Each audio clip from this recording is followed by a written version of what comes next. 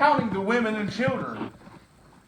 And as they began to see that, they began to witness that, Jesus tells them to go onto the ship and go to the other side. Jesus was not in the ship, for they made it about halfway in the midst, in the middle. They made it to the middle of the sea, and a storm came. It says the wind was boisterous, violent.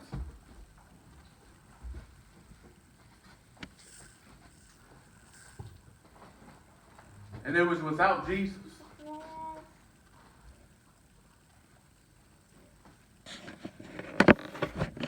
Then they looked out.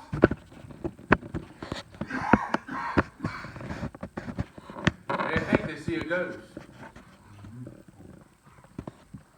Jesus said, "It is I. It is I. Standing on the water." I believe that it was dark. I believe that it says the wind was blowing wild, violently. The rain just pouring down. The waves just crashing into the boat.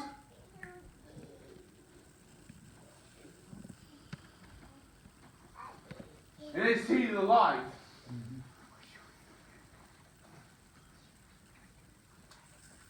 The Son of God standing in the storm on the water. I believe they was scared for their life. Working and rowing and taking the shells down and just beat to death.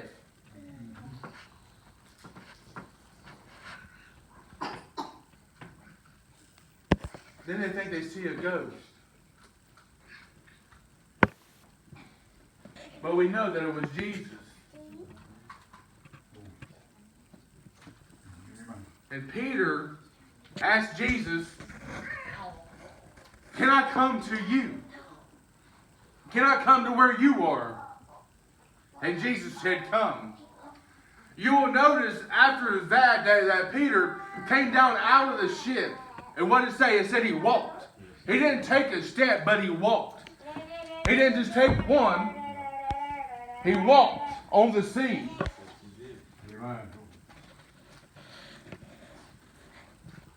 Then we read about how Peter began to sink. And right after that, Peter said, "Jesus, save me." And it says immediately, Jesus stretched his hand. Immediately. Now that we got the foundation built, I want to remind you all this evening of the things I thought about this message, and it will be so. One thing that we find that Peter takes the step. No matter what the conditions is, Peter takes the step. But we read in the Gospels where, I'm going to take a little branch off real quick, but we read in the Gospels where Jesus gave the disciples power to heal, to cast out demons. Jesus gave the disciples power, the disciples. He didn't say the 11, he said disciples. Oftentimes we forget that Judas was a disciple.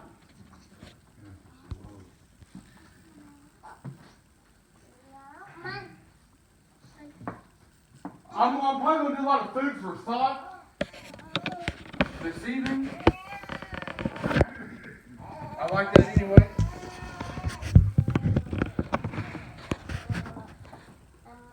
But why didn't Judas ever move? Why didn't Judas ask Jesus, "Can I come too?" But Judas stayed stagnant. I believe Judas was in the boat as well. But Judas stayed stagnant.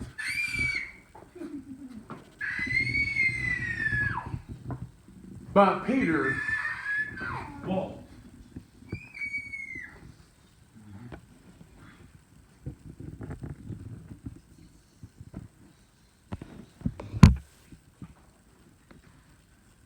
In my personal life, I've been both.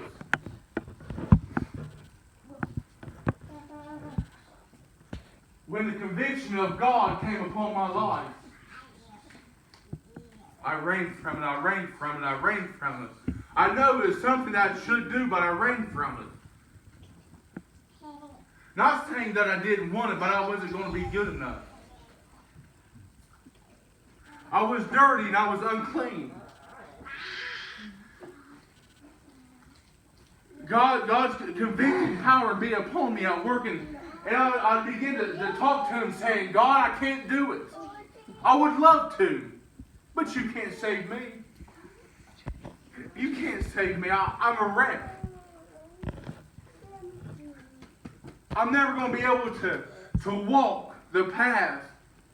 I'm never going to be able to talk the talk. I stay stagnant.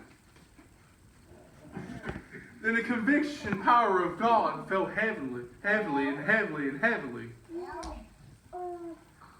Where it felt like I had the whole world upon my shoulders. Where I couldn't handle it no more. My whole life felt like that it was a wreck. Like I was on this ship, in the middle of the storm, in the middle of the sea, getting tossed to and fro.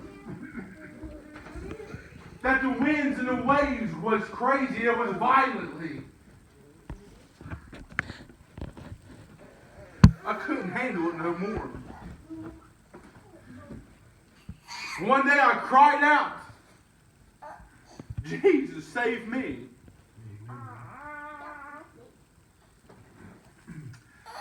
Jesus, save me. I can't, I'm drowning. Brother Ralph, I believe immediately he stretched his hand for me. When I was getting called to preach, I ran. I ran and I ran and I ran and I ran. All it did was cause me to stay stagnant.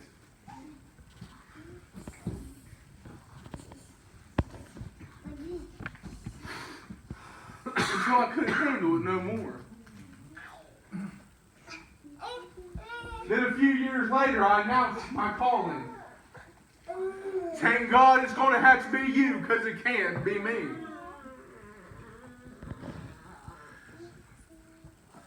Church, I want to ask you a question.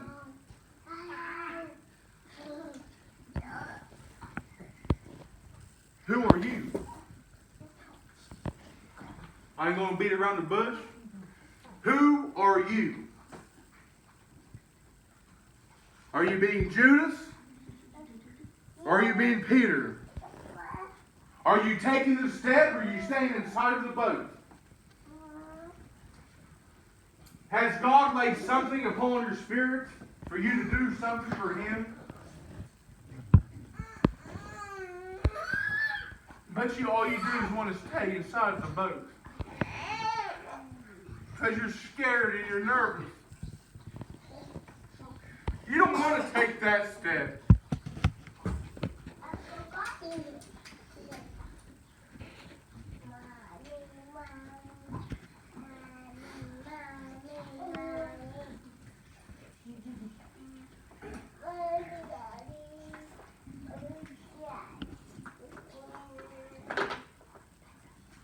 The last month and a half of my life has been hell.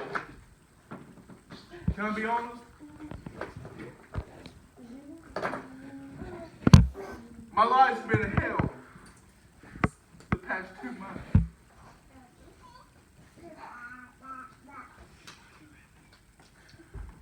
I just wanted to stay stagnant. I didn't want to preach. I didn't want to go nowhere. I wanted to be like a crab that stayed in my shell.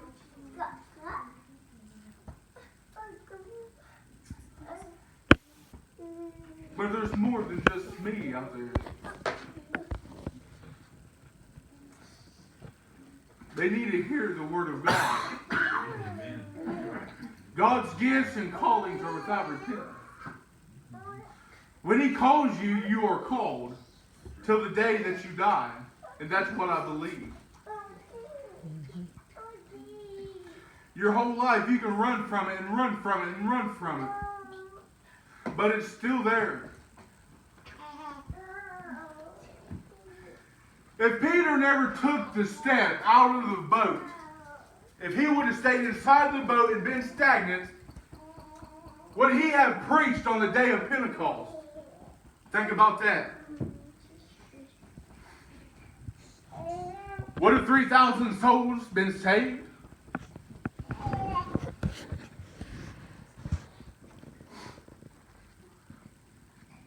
Would Peter have the ministry that he had? If you wrote down every single thing that it mentions about Peter, your list would go on and on. Why didn't Matthew get out of the boat?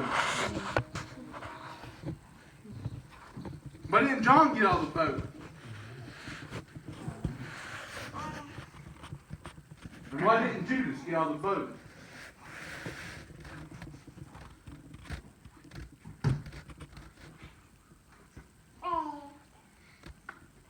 Why didn't Judas get out of the boat?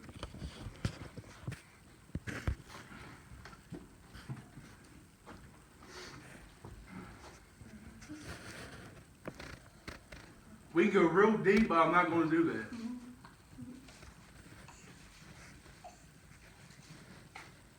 But I'm going to give a little food for thought. Is that all right?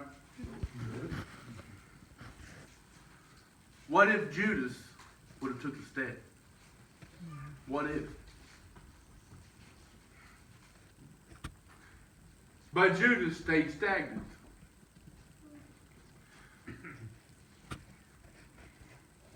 Look towards the end and what it mentions about Judas. Because he stayed stagnant.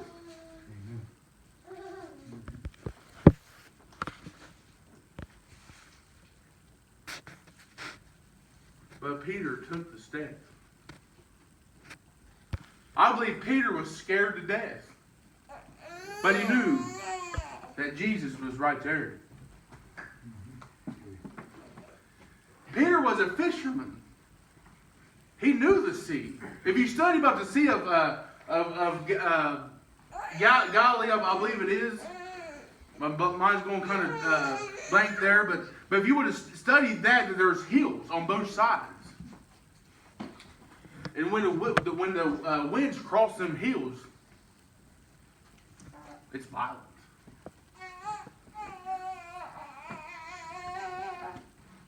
So why would Peter in his right mind, I believe he was on the water and he'd been in storms fishing. But why would Peter take that step?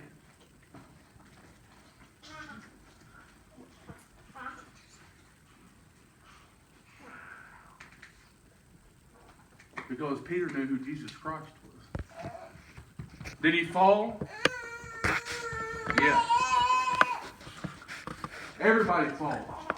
Everybody fails.